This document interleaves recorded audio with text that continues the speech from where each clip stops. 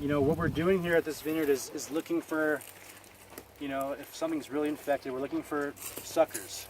We're going to leave suckers from the year before, and if it's really infected, we'll eventually, you know, cut it down to here and train that sucker up. Because what we're dealing with is these positions are getting super high after a while, and they're really making the fruit zone not homogeneous anymore, which we'd like a nice homogeneous fruit zone on the wire. So in this case, you know, I have one position here, which is, you know, I could lay this down this way. I'd rather spur this off for next year, and hopefully we get some more suckers out of here, and eventually I can cut these guys off. But I'm going to go ahead and spur this vine. And what I'm looking for is, you know, 2 bud spurs that are kind of in the wire, that aren't too, you know, far out. I'm looking to reduce them if I can. I'm not leaving these weak ones because they're not going to be fruitful. A lot of guys will pre-prune the top first if they're going to be spur pruning. In this case, I'll just do it without that. You got a lot of sap. Yeah, this is going to bud break probably in a couple weeks. Yeah. So on all these Pinot Noir cordon positions, I'm trying to get rid of all this dead wood, and sorry if I knock any shoots at anyone. On these apical ones, because of apical dominance, I rarely leave a 2 bud spur out here.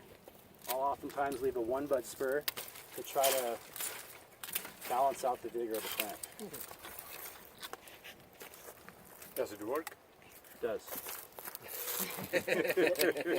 Where are you leaving the 1 bud spur? On the apical, on the peripheries of the plant.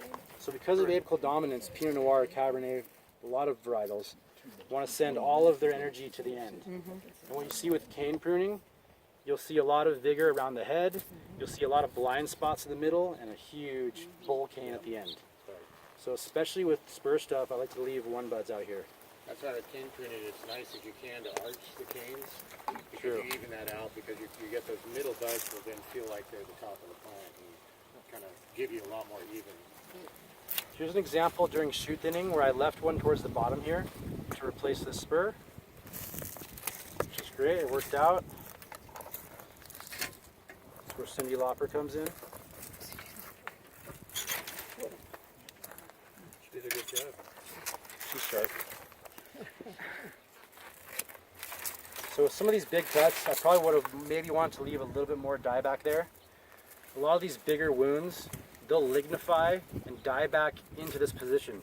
There's kind of a big canker right here, so I'm not too worried about leaving a big open wound there, but I would want to paint that, especially if it's going to rain tomorrow or the next few days.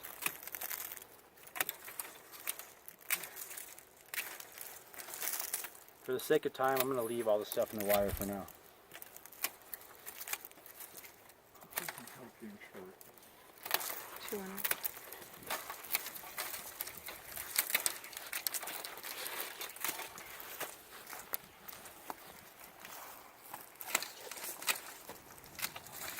Some of these positions that are down lower where I might do 1 buds, if they're down low, I'm okay with leaving 2 buds.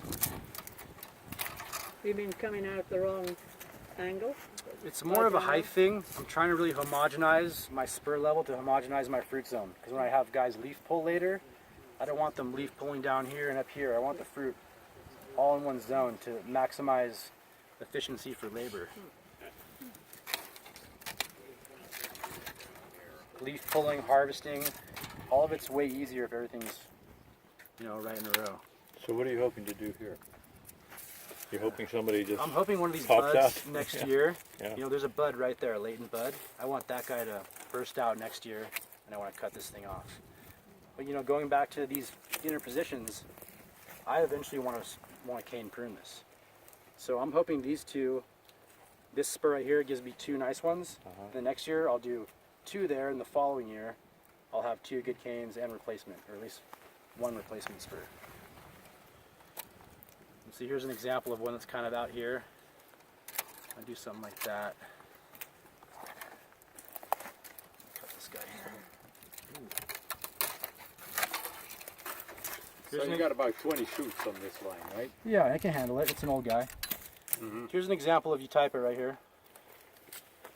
You know, you can kind of see that up close. Yeah. Oh yeah. It looks like a little mixture of Phomopsis and type of. I think it's just the dark. Hey, how old are you? They are I'll wait till 20, everybody. 37, Call it 88 for easy. 27. Okay. Yeah, 19 years. Is 20 shoots a good target for you? 20 shoots. Depends on the spacing, really. I mean, I wouldn't say 20 shoots is good for any vineyard range spacing. I would say I like to do like a, basically an arm length between positions. In this case, there's not that. But that's why I left kind of too close here. These guys are pretty close. But in general, they're not going to grow straight up. I can kind of, during shoot thinning, I can really go back and double check that. But in general, this looks balanced to me.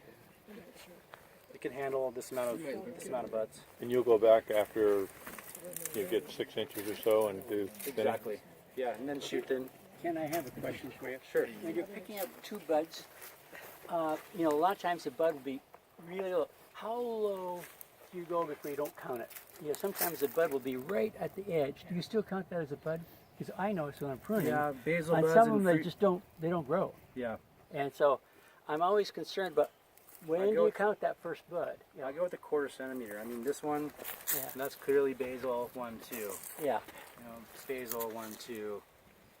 Basil 1, 2. I mean, Okay. this one has like 2 little mini basils on the other side. Yeah.